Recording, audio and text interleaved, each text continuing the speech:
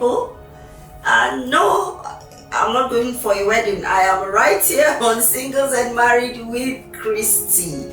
It's such a delight having you on this channel today with me. We all are married people because this video is for you. Now, that's not to say that if you're single, you're not going to learn. Now, the best time to learn about marriage is before you get married. The best time to prepare for an exam is not in the exam hall, but outside the exam hall, before the exam date. So, singles, married, this video is for you, but especially my married people. So, how have you been? Today, I will be starting a topic. So, let's call this Things You Must Never Do as a Couple, Part 1. Things you must never do as a couple, Part 1.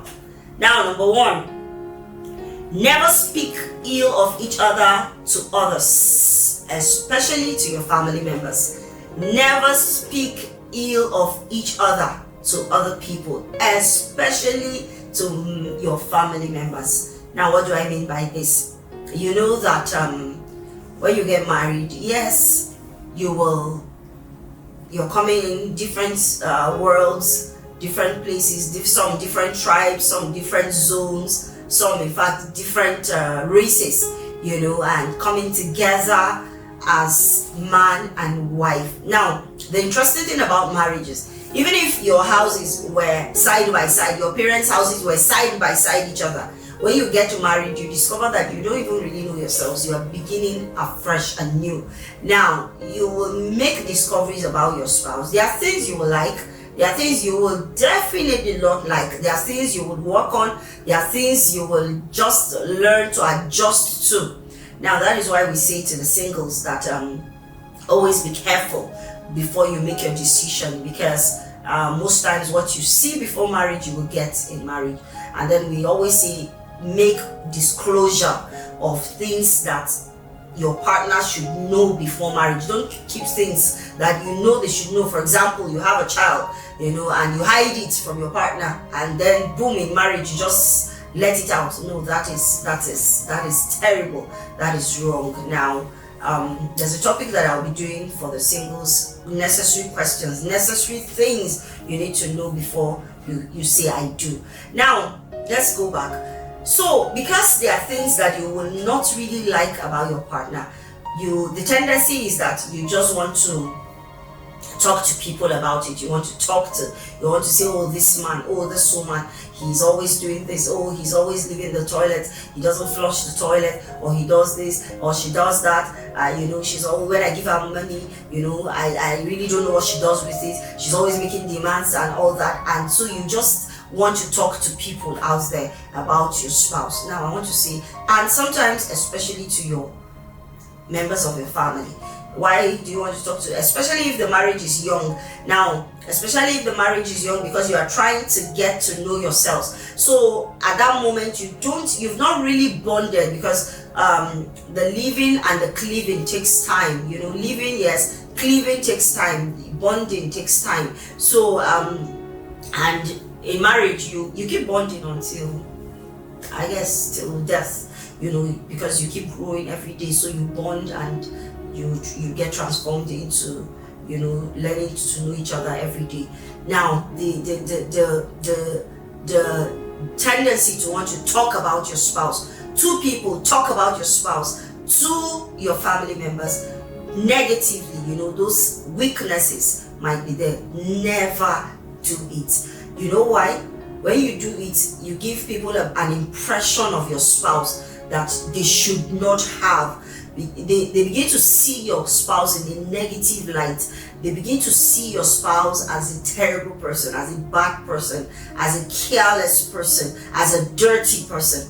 You know, there are weaknesses of your spouse that only you should know and manage. It is not for the consumption of other people. You shouldn't. Now, if there are issues in your marriage, I would rather that you talk with a professional. And now, when I say a professional counselor, you could talk with your pastor and Sometimes there are more mature couples who God has helped in their work, and you know that they love you both. There are people that love one of you and they don't love the other. If you take your matter to them, they will not be objective. So you need to know who and when you take your issues to. When you take your issues to other people, and especially to your family, it might be an issue that's caused problem between both of you and your partner. You would have settled it and gone past it. Your people will still hold it against your partner. They will still see your partner in that light. So never take your partner to them. Don't go and open your partner up, except of course your partner has negative issues. For example, if the person is abusing you, please don't be silent. Physical, verbal, whatever form of abuse, never be silent, or other things, you understand. So, but if it is just the normal, maybe he's throwing things here, he's not doing this or she's not doing that, you can manage the situation. You can talk to her about it, you can talk to him about it, and you can get professionals, get counseling. See, let me tell you, the importance of counseling is that you get to refresh your marriage. Once you go through counseling, the counselor will help you to be able to re-kick your marriage again and reboot. That's the word, reboot your marriage again and make it bloom again. So please never talk negatively about your partner. Don't speak ill of them to other people, especially not to your family. Talk to a professional instead. Talk to someone that can advise you, can counsel you objectively. Godly counsel for that matter, not just anybody. Point number 2, the thing you must never do as a couple: never take sides with your children against your partner, especially when they are still young, and especially in their presence. One thing I have come to understand with children is that things stick into them very fast. Now, it's quite sad that I heard a story of this woman. She's a widow and she has children, and her children have practically gone wayward, as in what their father left, they blew it, and made a mess of everything, and this woman is not finding things easy. And then, to the glory of God, some help came to her, and she's finding stability. But now here's the catch. Why did I bring her story up? This is the catch. The catch is that while the father was alive, that this woman and her children, she used to use her children against the father. She used them against her husband. She will use them, they will do all manner of things to her husband and cost him a lot of pain. Now for me, I said God decided to give the man rest, and now she's the one that is in pain because they've turned against her. Now this is what you do to yourself when you team up with your children against your spouse. Now it is you and your spouse that are a team, not you and your children. It is not you and your children that are the team. Your children, they are on their own. Let me tell you the truth. You and your husband, you and your wife, you are the team. Now, consider your children as part of your team, but you are the team. You are the two that run the boat. Consider them part of the boat with you. So please don't take sides with your children against your partner. There's a way they look at their father. There's a way they will start looking at their mother. They will not have regard for them. They will not have respect for them. And guess what? When they grow and they know better, they will turn against you. That's the truth. When they know when they grow and know better, they will turn against you. And it might be so bad that because you have taught them negativity, you have taught them not to respect, you have taught them that you do not have regard for your husband or you do not have regard for your wife, and you have also taught them that it is okay not to have regard for your husband or for your wife, and then they also grow up, or even if they despise you or their father or their mother for doing all these things, somehow they might replicate it and even do worse in their marriages. So do not take sides. It doesn't mean that your partner will always be right when it comes to the children. That's why I said don't take sides in front of the children. Now this means that when you are by yourselves, you can say, honey, this thing that you did with our daughter or with our son, it wasn't proper, or the way you handled this matter, or the way you spoke to our son or to our daughter, it wasn't proper at all, honey. I think you should find a way of getting it right. Now when you do that, you give your partner the opportunity to make it right with your children. They will be able to go to them and say, oh sweetheart, I'm sorry, the way I handled that matter, it wasn't at all intentional, and all that. They're able to talk with them. Now you have been able to help them maintain a good relationship, your spouse maintain a good relationship, and you too, you have more respect, more regard before your spouse. And then you will see your children now, they'll say, if it's mom and dad, you cannot come in between them. Now, like growing up, we used to say something that if it's our parents, that don't ever even think of saying, I'm telling mommy something and mommy will not tell daddy. If you have told mommy, daddy has heard, like he has finished hearing it. So that is how it should be. Not that you are hiding stuff, unless if you are planning a surprise, of course. But not that you are doing things, you are planning things, you are building a house, only you and your son, you are building a house, or you are doing things your father must not know, or all these things. Let's be careful, because they have repercussions. Please don't take sides against your partner with your children. Things you must never do as a couple. Number 3, never have besties that are of the opposite gender. Now, this thing I don't understand, but me, one thing I know for sure is that how can a married woman be having bestie a married man, or another, not even a married man, a single man, or a married man, another person that is not a husband as bestie?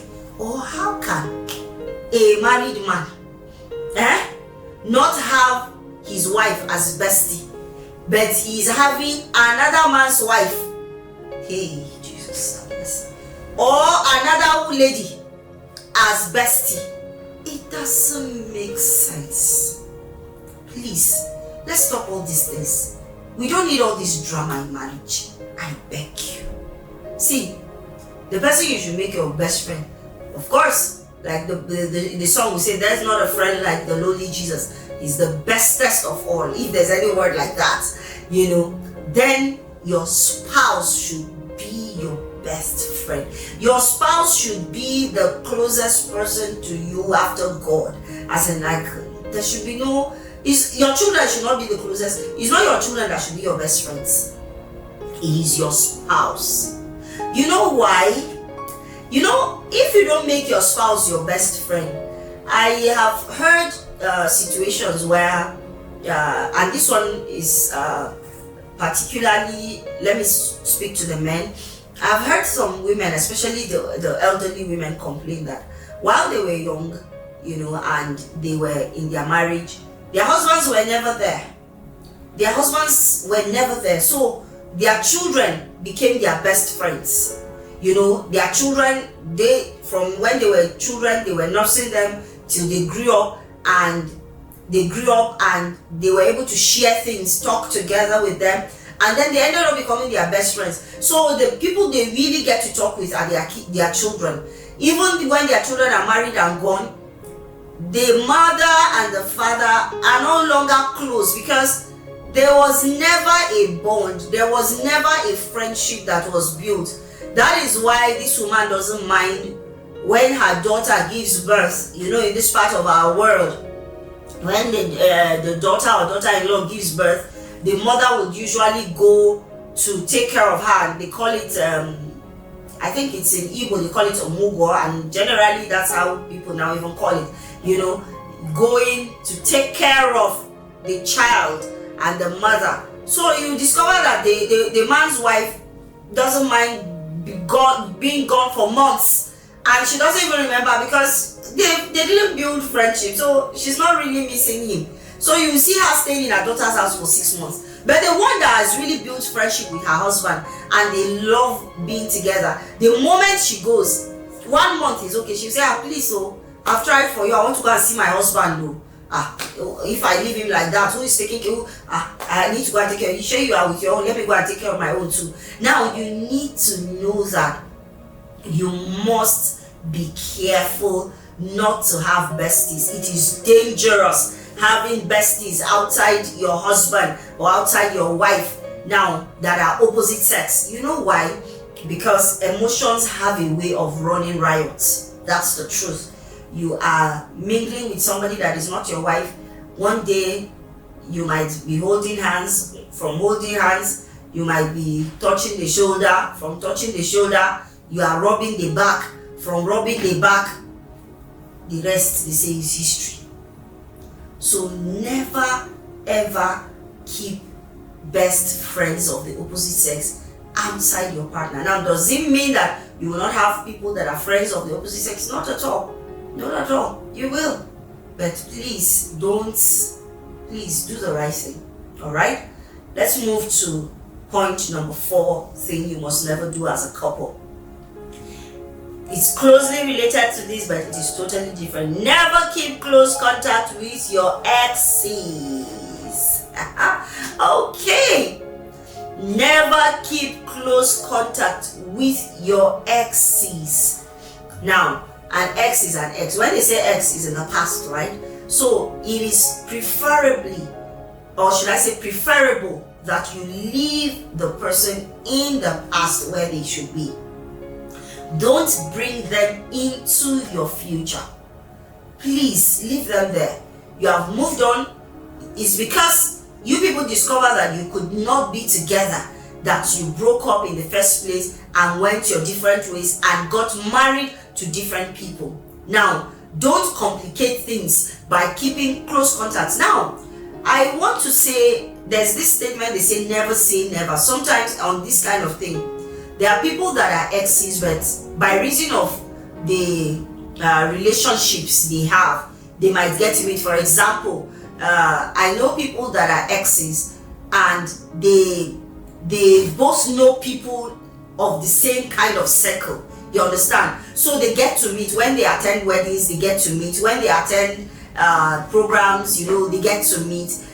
But it doesn't mean that when you meet, you should go and rekindle something. No. And then it doesn't mean that because you get to meet, you shouldn't keep touch. Be calling, I just called to check on you. How you doing? You don't need that. You don't need that. You don't need that. Just let it be. Just let it be. No, I want to call and check on you. How are you doing? No, please. Just let it be.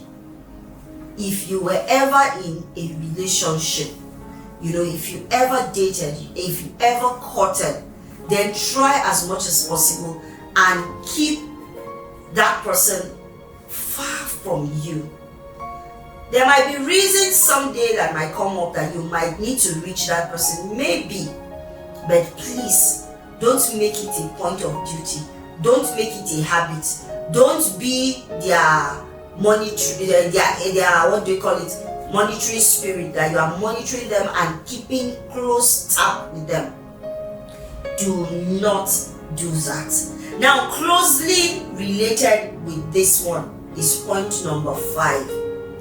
Never ask your ex or some other persons of the opposite gender for money. Let me say this again. I know women that have asked their exes for money, their ex-boyfriends. Now, you don't know what you do when you do that. There is something you do.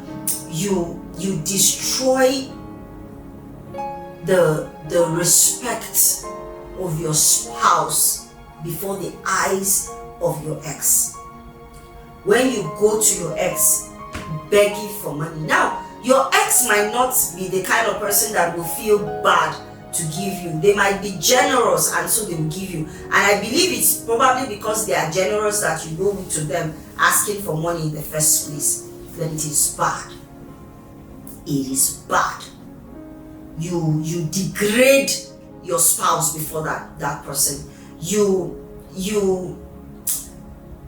take the respect. You throw away self-respect and self-regard before that person. Never do that. No matter how tight you get, please ask other people for money. Please ask your friends, ask other people, but not your ex. And please, not some members of the opposite sex. And I'm saying some members because some of the other members of the opposite sex could be your brothers, they could be your in-laws, that you might be able to easily ask, or they might be your sisters or your sisters-in-law that you can easily ask and say, okay, please, I need this, or your aunties or your uncles that you could easily ask and say, please, I need some assistance, or your friends, but there are some people, especially if you know that the person ever had an eye for you. As a woman, if you know that the person ever had an eye for you, as a man, you know that the lady ever had interest in you, please don't ask them for money. Hold your self-respect. Trust God for provision. If those people don't give you, another door will open. Like there's the saying that if the doors don't open, God will force a window open. Now, God will always make a way. Sometimes it is because we are not ready and patient to wait on God for provision that we go about asking people and making a mess of ourselves. Never ever ask your ex for money. Even if you don't have food to eat, don't ask them. Ask someone else, ask a neighbor. But please don't go to your ex. Don't go to your ex. Don't give them something to hold against you or over you. And like I said, they might not even be that kind of person, but there's a way it drops your respect before them. They might not say it. But there's a way they will look at the man that you're with. There's a way they will look at the woman you are with, And these things, we're humans. Please, don't do that. Don't. Please. Better ask other people than ask your ex or ask anybody that you know that had an interest. See, there are people you should never ask for money. There are people you should never ask for things. Know these people and keep the boundaries. I beg you. As long as you're married. Even as a single person. Is it everybody you should ask for money? Is it everybody that you should? No. There are people when you are really in need and you need a fast loan or anything. There are people that you will naturally be able to go to and call and say, okay, please, can I get this from you? But there are people that they should not even cross your thoughts. Never. Honestly, never. Don't do it. I beg you. I'll stop here. I've talked about 5 points. So in my next video, we will continue on things you must never do as a couple. I hope that you have learned. And I hope that if you're doing these things, it's not just to hear, but to actually apply it. If you're doing these things, begin to adjust. And I assure you, as you begin to adjust, you will even see the difference even in your home. When you begin to respect your spouse very well and not disregard them in the presence of your children, you will see how even your children, they will respect your spouse and they will even respect you more for it. So please, let's take note of these things. Now I want to say thank you for staying with me on this video and even staying through to the end. I want to say that please, if you have not subscribed to my YouTube channel, go ahead and do so. Just press the button to subscribe, and yes, you're free to leave your comments and your questions. And of course, I am available to attend to your questions as well. You can reach out to me via WhatsApp, the number is there, or by email, and I will respond. You can even book for your counseling sessions with me, both virtual and physical, and hey, I'm here to offer you my service. Thank you so much for staying with me. Do have a good time. Take care.